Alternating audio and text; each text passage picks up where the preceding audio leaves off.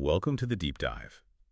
Today we're going straight into a really pivotal clash of wills during the Cold War, the June 1961 Vienna summit between President John F. Kennedy and Soviet Premier Nikita Khrushchev. Yeah, this was their very first face-to-face meeting, a moment just charged with tension.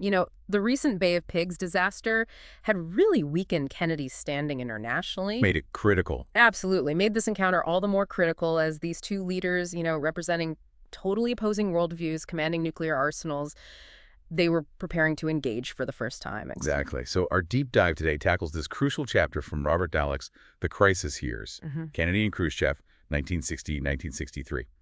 We're going to try and pull out the key moments, the strategic political moves, and those underlying deep tensions that really shaped this summit. Our mission really is to give you a clear understanding of its immediate impact and, well, its long-term significance in the whole Cold War story. Yeah. We'll unpack the complexities without getting bogged down in jargon. Right. And we're drawing this straight from Dallek's account, which pulls together diplomatic cables, historical analysis. It's quite comprehensive. Okay, so let's unpack what happened. Where did it begin? Well, the initial setting was the Soviet embassy. Quite grand, apparently. Discussions started around this large oval table, and the attendees really signal how important this meeting was. Who was there? For the U.S., you had Secretary of State Rusk, seasoned diplomats like Chip Bolin and Llewellyn Thompson, Ambassador Kohler, too.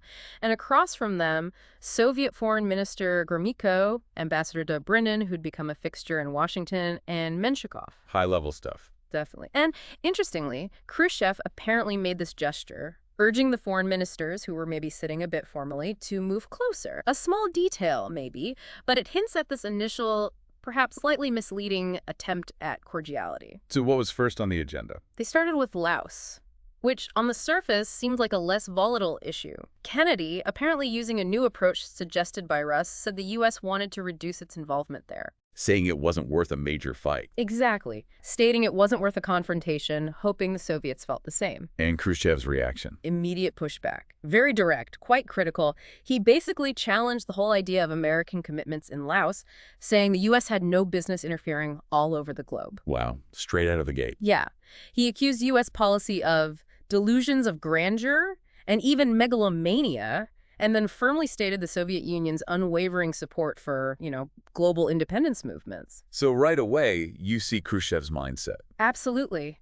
It immediately shows Khrushchev arrived with this deeply critical view of American foreign policy, seeing it as interventionist, self-important.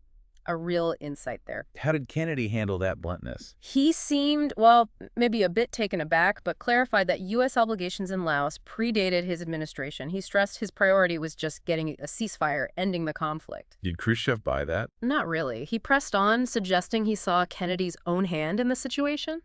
He started citing American press reports about U.S. military advisors, a canceled Marine landing. A landing Kennedy denied authorizing. Firmly denied authorizing, yeah. And this whole exchange just highlights the massive mistrust, right? How each side was reading the situation, using totally different information, different narratives. And Khrushchev brought up Molotov. That seems a bit random. It does seem a bit strained. He brought up Molotov's initial resistance to the 1955 Austrian State Treaty. The treaty that made Austria neutral, and how Khrushchev, later reversed what he called unreasonable decisions. Trying to draw a parallel, maybe? Okay. And then came a warning. A chilling one. He talked about refined threats of using Marines and warned it could lead to another Korea or an even worse situation. Another Korea. That really lands, doesn't it? Given the recent past. It absolutely underscores the fear of escalation hanging over everything. A clear, if subtle, threat framing any U.S. intervention as incredibly dangerous. But they did agree on something for Laos. They did, remarkably.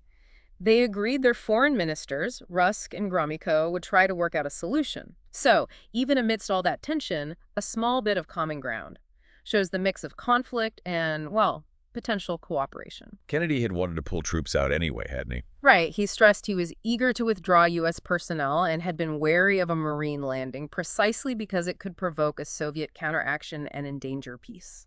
And Khrushchev agreed on neutrality.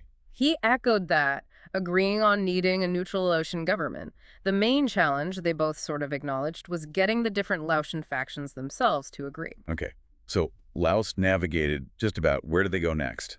They shifted to another critical and, frankly, more contentious area, Hmm. nuclear testing. And this really exposed the fundamental differences in trust and priorities. Kennedy had some hope here, didn't he? Based Yeah. on back channels. He probably did, likely influenced by what Georgy Bolshakov, a Soviet contact, had told Robert Kennedy just the month before. Something about Soviet willingness to accept maybe 20 inspections a year for a test ban treaty? That sounds promising, but it didn't last. Not at all. Khrushchev immediately poured cold water on that. He stated flatly that only 3 inspections annually should be enough. Anything more. He called it tantamount to espionage. Espionage, strong word. Very strong. Said the Soviet Union would never permit it. His preferred solution, he declared, was complete and general disarmament. Possible in 2 years, he claimed, if both sides showed goodwill. And this is where the Troika comes in. Exactly. The really contentious Troika proposal for the Test Ban Monitoring Commission. Khrushchev wanted this 3-person leadership, East, West, and neutral nations. Which effectively gave the Soviets a veto. Precisely, a veto over any decisions about monitoring. Which is why Kennedy fought it so hard it completely undermined the point of verification. He used an analogy, I remember. Oh, a vivid one. Adjoining rooms where neither person could check suspicious noises in the other room without permission. He rightly said the U.S. Senate would never ratify a treaty like that. Kennedy pushed on verification, didn't he?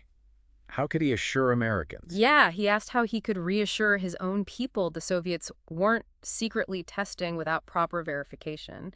He acknowledged it was less of an issue for the closed Soviet society. And Khrushchev's response. Pretty dismissive, something like, but what about Alan Dulles? Isn't that secret? Just underscoring that deep, deep suspicion. Then Khrushchev shifted focus.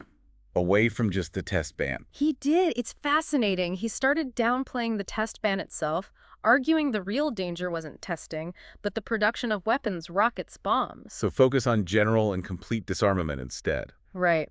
Under that, he claimed, the Soviets would agree to any controls, even without looking at the document. Which, sounds good, but it shifts the goalposts entirely. It suggests he saw the test ban more as a bargaining chip, maybe, than a core goal. But Kennedy saw the test ban as key to stopping proliferation. Exactly. He countered that while a test ban wouldn't cut existing stockpiles, it was crucial to stop other countries getting the bomb. He diplomatically mentioned Britain and France. Implicitly China, too. Implicitly China, absolutely. He argued failing to agree would just push more nations towards developing their own nuclear weapons. Makes sense. Did Khrushchev concede that point at all? He actually acknowledged it had some logic, which is why they were negotiating in Geneva. But then he immediately undercut it by pointing to France. France was still testing, so a test ban alone wouldn't work, he argued. So back to linking it to disarmament. Always back to linking it. He insisted it had to be tied to broader disarmament to put everyone on an equal footing and remove the incentive for others. Kennedy tried to pin him down on inspection under general disarmament, though. He did. Asked point blank. Would a Soviet plan for general disarmament allow inspection anywhere in the USSR? Khrushchev actually said yes. Seemed like a breakthrough moment, maybe, but then the disagreement over where to start came right back. Kennedy pushed for the test ban as the first step. He even used that Chinese proverb. A journey of 1,000 miles begins with a single step. That's the one. But Khrushchev didn't like that framing. He preferred starting with a ban on manufacturing weapons or getting rid of missile bases. And he took the proverb personally. Apparently so. He seemed to think Kennedy mentioning the Chinese proverb was a kind of jab, implying Kennedy knew Mao might be hostile towards him. Things got tense again. Kennedy must have been getting frustrated. Clearly. He pointed out the unverified testing moratorium had already lasted 3 years. Extending it further while just talking about disarmament, that would worry Americans deeply. But Khrushchev wouldn't budge on inspections being espionage. Remained absolutely steadfast. He even brought up Eisenhower's open skies proposal from '55 as another example of the West trying to spy. His view was fixed. Inspection stations were just cover for intelligence gathering. It shows the depth of the mistrust, doesn't it? A huge chasm. This fundamental disagreement over verification just permeated everything. And how did this whole nuclear testing discussion end? On a really worrying note, Kennedy basically warned that if they couldn't agree, it would inevitably hit both countries' national security and significantly hike the risk of major conflicts. It set a very grim tone. A grim tone indeed. And from there, they moved on to Berlin. Absolutely. And Dalek notes Khrushchev's intensity just visibly ratcheted up as soon as Berlin came onto the table. Highly charged and incredibly dangerous. Khrushchev started with history, right? WWII losses. He did. He launched into this perspective, emphasizing the Soviet Union's immense sacrifices, 20 million dead, the devastation, and voiced this deep concern about a remilitarized West Germany becoming dominant in NATO. Seeing it as a potential path to World War III. Exactly, a precursor to another war. And his fundamental aim, it became crystal clear, was to draw a line under WWII by finally signing a peace treaty with East Germany, the GDR. And that treaty would change everything for Berlin access. In his view, yes. Signing it would automatically invalidate all the existing agreements about Berlin, including those crucial Western access rights. You have to remember, the Western powers were in West Berlin based on those post-war occupation agreements. A situation the West obviously wouldn't accept. No way. Right. Khrushchev's treaty aimed to hand control over access routes to the East German government, which the West didn't even recognize legitimacy for at that point. So what was his proposal, his offer? He offered to establish West Berlin as a free city, guaranteed against interference, keeping its external ties. He even floated the idea of token troop contingents from both sides, maybe under a UN agreement. Sounds reasonable on the surface, but... But then came the hammer, the ultimatum. Khrushchev stated point blank, if the U.S. rejected his proposal, and he blamed potential rejection on pressure from West German Chancellor Adenauer, then the Soviet Union would just sign the peace treaty unilaterally anyway. And that unilateral treaty would end Western access rights. That was his argument. He claimed it would end the state of war and therefore nullify the post-war agreements that guaranteed those rights. A direct challenge. How did Kennedy respond to that? Firmly, very directly. He stressed this wasn't just some legal quibble. It was about vital, practical facts hitting U.S. national security square on. Reminding Khrushchev the U.S. was there by right. Exactly, by right of conquest, having fought their way there, not by anyone's permission. And he reminded Khrushchev that every single U.S. president since WWII had reaffirmed the commitment to Berlin. He tied Berlin to Western Europe's security, too. Powerfully. He argued if the U.S. got pushed out of Berlin, accepted losing its rights, nobody anywhere would ever trust American promises again. He explicitly linked West Berlin's security to all of Western Europe, a vital U.S. interest. Abandoning Berlin meant abandoning Europe, essentially. Then came that point about the ratios of power. Beschloss flags this one. Yeah, this was perhaps not Kennedy's best moment rhetorically. He noted the current ratios of power seemed balanced and questioned why the Soviets would want to rock the boat in Berlin where the U.S. had such huge interests. Why was that so problematic? Well, as Beschloss points out, it was just 6 weeks after Kennedy himself tried to change the power balance with the Bay of Pigs, and for months Kennedy had been telling Khrushchev through back channels to just drop his Berlin demands from '58, basically asking Khrushchev to accept a political defeat. So Kennedy talking about ratios of power sounded like a boast. To Khrushchev, it likely sounded exactly like that. Like Kennedy was saying, we're strong, so your concerns don't matter, even while ignoring Soviet anxieties about Germany and NATO. It came across as arrogant, dismissing legitimate Soviet security worries. Khrushchev's reaction? Anger. Dalek says it built steadily. He started calling Berlin the most dangerous spot in the world, a sore spot, a thorn, an ulcer that needed an operation. Strong language. Very. He argued the peace treaty was needed to stop West German revanchists. He even compared them to Hitler's generals who wanted to revise borders and start a new war. This fiery talk really shows how deep his anxieties ran. And he made it personal too, didn't he? Mentioning his son. He did, a deeply personal moment. Reminded Kennedy of the horrific human costs of WWII for the Soviets, millions dead, including his own son, relatives of other leaders. He stressed almost every Soviet family had suffered losses, underscored the immense emotional weight this held for them. Because his intention to sign the treaty was firming up. Absolutely. He reiterated his firm intention, making it clear that after signing, any violation of East German sovereignty would be seen as open aggression against a peace-loving country, and the USSR would respond. A significant escalation. Kennedy countered on West German buildup. He did. Said he opposed a West German military buildup that could threaten the USSR, stressed the serious consequences of Khrushchev's plan, and also mentioned his own brother's death in the war. Trying to find some common ground in shared loss, perhaps, but Khrushchev just kept hammering on his points, formalizing borders with Poland and Czechoslovakia, normalizing East Germany, ending all Western occupation rights in West Berlin. Dismissing the Potsdam Agreement? Pretty much. Arguing the war ended 16 years ago, Kennedy retorted that Roosevelt couldn't have predicted the Cold War alignment back then. They were talking past each other on the legalities. Khrushchev also argued Berlin had no military value. Right, said it held no real military significance, and Western rights stemmed only from the war, so they'd naturally expire with a peace treaty. That was his logic. Then he brought up that interim arrangement idea again, from Camp David. Yeah, he revisited that, suggested maybe a 6-month window for talks on German unification. If nothing came of it in 6 months, then the Soviet Union would feel free to sign its peace treaty. Blaming the U-2 incident for derailing it before. Exactly. Expressed regret it didn't happen at the Paris summit in 1960 because of the U-2 spy plane incident. Trying to frame it as a missed opportunity he was now reviving. But then came the real bombshell, the deadline. He dropped it, declared the Soviet Union couldn't delay any longer on Berlin. They would likely sign a peace treaty by the end of the year, December, even unilaterally if needed. And warned about war.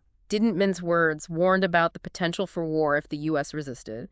Even used that stark image of putting any madman who wants war in a straitjacket. A clear, direct ultimatum. The crisis just went critical. Kennedy's response. He talked about being a serious country. He did. Emphasized the strategic importance of the world seeing the U.S. as a serious country. This provoked what Dalek calls cold anger from Khrushchev. Khrushchev shot back the USSR would never, under any conditions, accept U.S. rights in West Berlin after a peace treaty, cited U.S. actions with West Germany and Japan as precedents for changing status after treaties. He just kept repeating the ultimatum about East German sovereignty. Over and over. Nullification of surrender obligations. Kennedy countered, stressing the popular support for the U.S. in Berlin, denying the U.S. wanted war, hoping for a broader German solution eventually. Kennedy also pointed out how big a change this was after years of U.S. presence. A fair point. Khrushchev then sort of circled back to the interim agreement idea again, maybe trying to make it look like the Germans were sorting it out, but the threat of unilateral action was still right there. But Kennedy wouldn't bite on the interim deal. No. He refused to even discuss it if it meant letting Khrushchev save face or implied any weakness in the U.S. commitment to Berlin. Beschloss notes this was much tougher than Eisenhower might have been. Kennedy wasn't giving an inch here.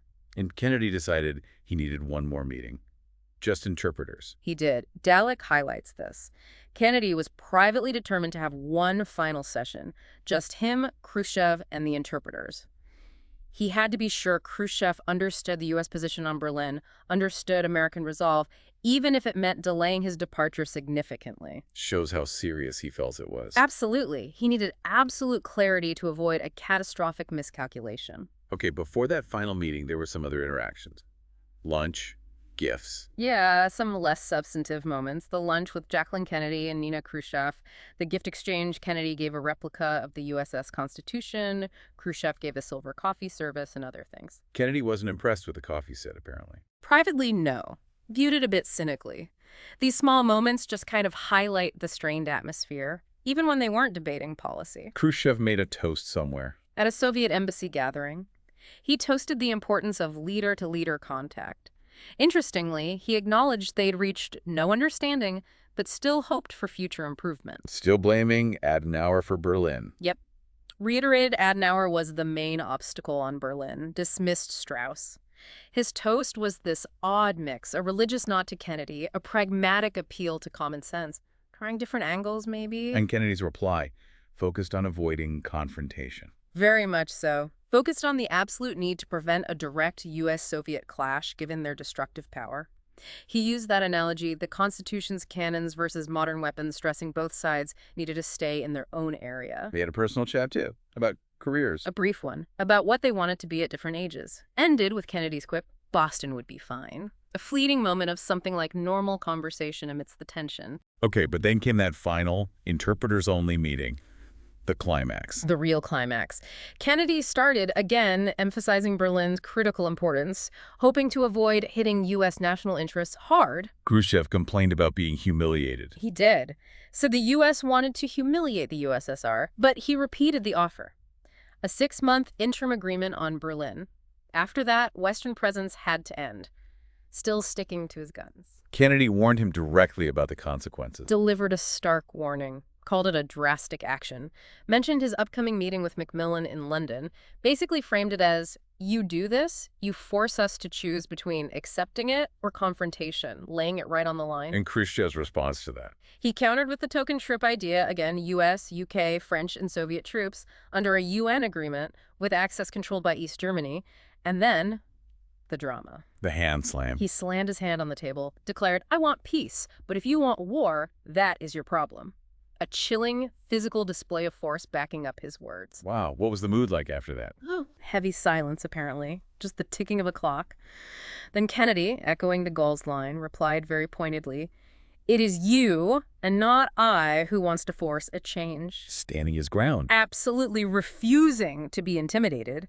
But Khrushchev was just as resolute, said the USSR had no choice but to accept the challenge. They would respond. War would only happen if the U.S. imposed it. And he repeated the deadline. Repeated his firm and irrevocable decision, peace treaty in December, if no interim deal was reached. Leading to Kennedy's famous line. Kennedy's grim reply, "If that is true, it's going to be a cold winter," really captured the bleak outlook and the potential for dangerous escalation.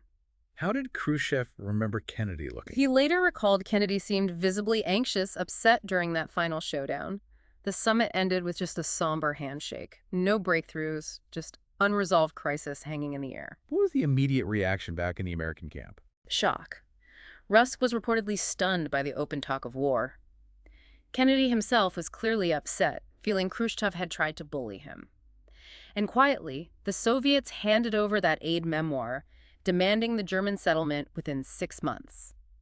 Kennedy didn't publicize the aid memoir right away. No, he chose not to initially, which highlights the impact they knew how serious this was. And Kennedy wanted to manage the message coming out of Vienna. No false optimism. Definitely.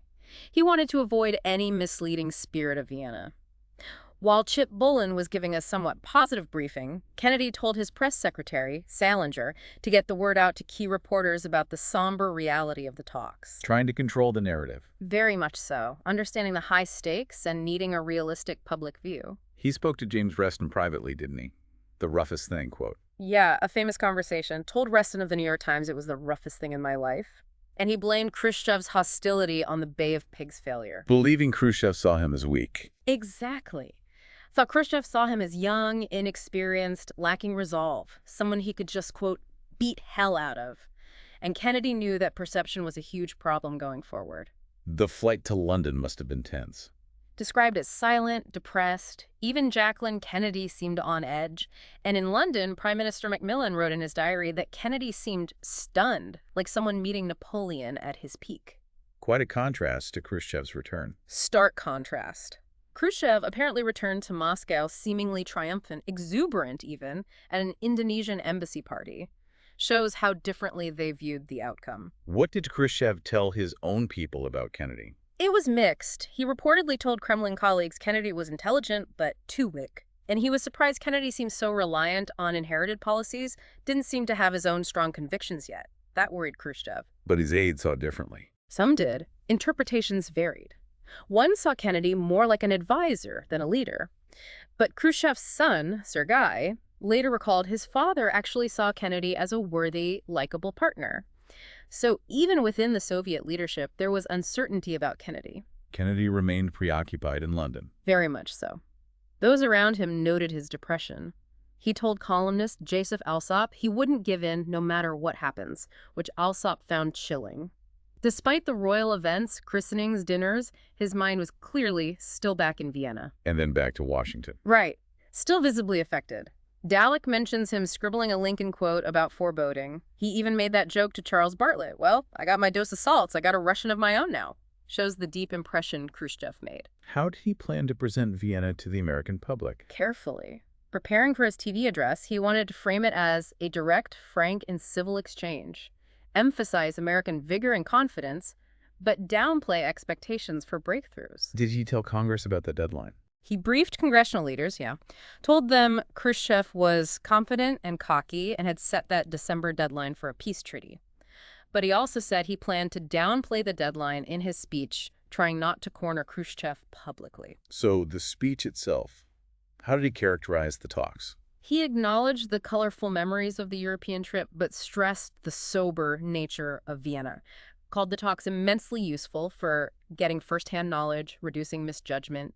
He highlighted the deep ideological divides and called the Berlin Exchange most somber. But he didn't mention the ultimatum. Crucially, no. This is a really significant point Dalek makes. Kennedy deliberately misled the public. He claimed no threats or ultimatums by either side regarding Berlin. He completely concealed Khrushchev's December deadline. Why do that? Presumably to manage public reaction, avoid panic, keep diplomatic options open, maybe avoid boxing Khrushchev in. But it was a significant omission. And interestingly, the New York Times headline after the speech was misleadingly positive, shows the difficulty of public diplomacy in a crisis. And then the Laos agreement fell apart almost immediately. Pretty much. A Pathet Lao attack happened soon after, which infuriated Kennedy, made him wonder if Khrushchev had just played him on Laos. Did his advisors reassure him? Rusk and Thompson tried to smooth it over, suggesting maybe it wasn't a direct breach, maybe Khrushchev was sincere about a temporary deal. But ultimately, Kennedy faced criticism for inaction and decided to go back to the Geneva conference to negotiate.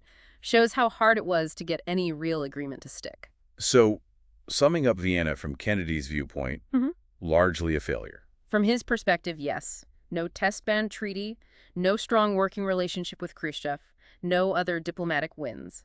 Instead, he came away facing this incredibly dangerous confrontation over Berlin. It really shaped his whole approach to the Cold War afterwards.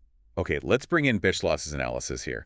Why was Khrushchev so hardline on Berlin in '61? Beschloss argues it wasn't just about Kennedy. Several factors were pushing Khrushchev regardless of who was U.S. president. Like the situation in East Germany. Exactly.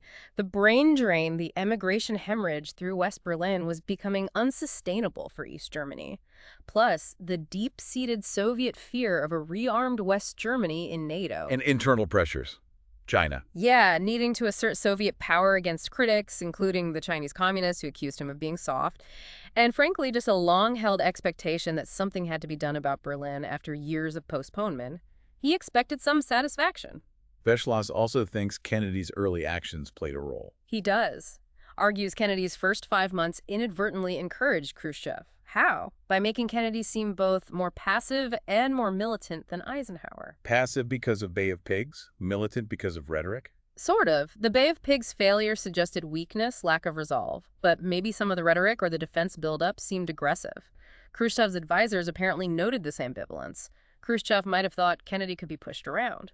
And Beschloss suggests Khrushchev created the crisis because Kennedy seemed to be ignoring Berlin. That's part of his analysis. Unlike Eisenhower, who had at least engaged in negotiations about Berlin, like at Camp David, Kennedy initially seemed to just want the problem to go away, so Khrushchev might have felt he had to force the issue, create a crisis to get Kennedy's attention. What about Khrushchev's behavior at the summit, the theatrical bellicosity? Beschloss interprets that largely as a deliberate performance. Khrushchev acting incredibly tough, belligerent, maybe even irrational, to convince Kennedy he was absolutely serious, even ready for nuclear war over Berlin. And maybe linked to backing out of the test ban. Possibly. Beschloss suggests reneging on the test ban agreement could have been part of demonstrating Soviet nuclear strength, especially if he perceived Kennedy as weak, a power play connected to the Berlin pressure. How did the meeting affect Kennedy personally? We touched on this. Significantly. People close to him, Billings, Harriman, his brother Robert, Ben Bradley, observed him as shaken, deeply disturbed. He himself made that comparison. Dealing with Khrushchev was like dealing with his demanding father, Joe Kennedy. Lyndon Johnson apparently did an impression. Yeah. LBJ later did this dramatic and pretty critical reenactment of Kennedy supposedly being weak and overwhelmed in Vienna. Kennedy, for his part, hated suggestions he wasn't tough enough, famously quipped something like, "What was I supposed to do? Take my shoe off and pound it on the table." Interestingly, the Soviets thought Kennedy seemed scared. Bolshakov reported back that the Russians were apparently amazed by Kennedy's reaction, finding him affected and scared. Different perspectives again. Kennedy went to Palm Beach afterwards. Yeah, retreated there to recuperate. The official line was back pain, and Jackie delayed her return from Greece. But privately, he was likely processing Vienna. He speculated Khrushchev might call a peace conference, but ultimately seemed to think Khrushchev was bluffing about signing the treaty. But then the Soviets publicized the ultimatum. Right. Rusk initially hoped keeping the aid memoir secret meant Khrushchev wanted to avoid a crisis, but then Pravda published it, including the December deadline. That really put it out in the open, escalated things publicly. And Kennedy returned to D.C. knowing war was possible.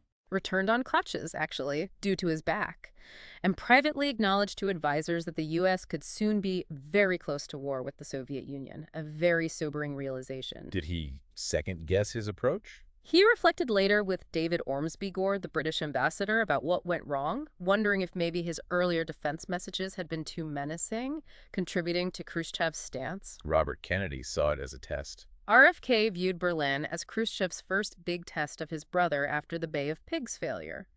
And Macmillan in London remained pessimistic, noting the huge potential for disaster over Berlin. Kennedy started planning for contingencies, like a blockade. He did, as Defense Secretary McNamara about supplies for West Berlin in case of a blockade, echoing the Berlin airlift situation under Stalin, shows how real the threat felt. It's interesting to contrast this with Eisenhower's earlier open skies idea. Yeah, Eisenhower had proposed things like exchanging military blueprints, surveillance flights, trying to build transparency, however unlikely it was to be accepted. A very different approach to managing suspicion than the confrontation in Vienna. Just a couple of quick clarifications from the notes. Sergei Khrushchev's later views. Right, worth remembering his later positive view of Kennedy might color his memories of Vienna somewhat. Hindsight and later events can do that. And the joint spaceflight idea. That was about a joint mission to the moon, not Mars. Small detail, but good to be accurate. And Ambassador Thompson's observation really sums it up. Perfectly. Llewellyn Thompson, who knew the Soviets well, observed that both leaders looked at the same set of facts and saw completely different things. It just encapsulates the fundamental challenge of that summit and maybe the Cold War itself. Different worlds, different interpretations. So let's wrap up this deep dive into the Vienna summit. The key takeaway. It's clear this was hugely consequential, but far from productive in a positive sense. Khrushchev came in aggressive on Berlin, likely fueled by Kennedy's perceived weakness post-Bay of Pigs and his own long-standing goals. This set the stage for a really dangerous, prolonged crisis. And Kennedy left shaken, deeply impacted by the confrontation, but also determined not to be bullied. He returned ready to stand firm against Soviet pressure, which inevitably led to a major escalation in Cold War tensions over the next year or two. And hopefully this detailed exploration has given you, our listener, a really nuanced understanding of everything that went down. The key events, the strategies, those intense exchanges, the analysis from Beschloss. Right. We covered the initial setting, the talks on Laos, nuclear testing, the huge confrontation over Berlin, those bilateral moments, the final tense meeting, and then the aftermath and what historians like Beschloss make of it all. We looked at Kennedy's perspective, Khrushchev's, their advisors, the whole picture. So finally, a thought to leave you with. What if things had gone differently in Vienna? What if Khrushchev had read Kennedy as stronger, maybe more experienced? Or what if Kennedy had shown more flexibility on Berlin in those first hours? How might the Cold War have played out? It's a huge what if, isn't it? Something to really ponder. And with that, we can say we've thoroughly explored the key events, political strategies, diplomatic exchanges, crises, historical context, and Beschloss's analysis within this pivotal chapter on the Vienna summit.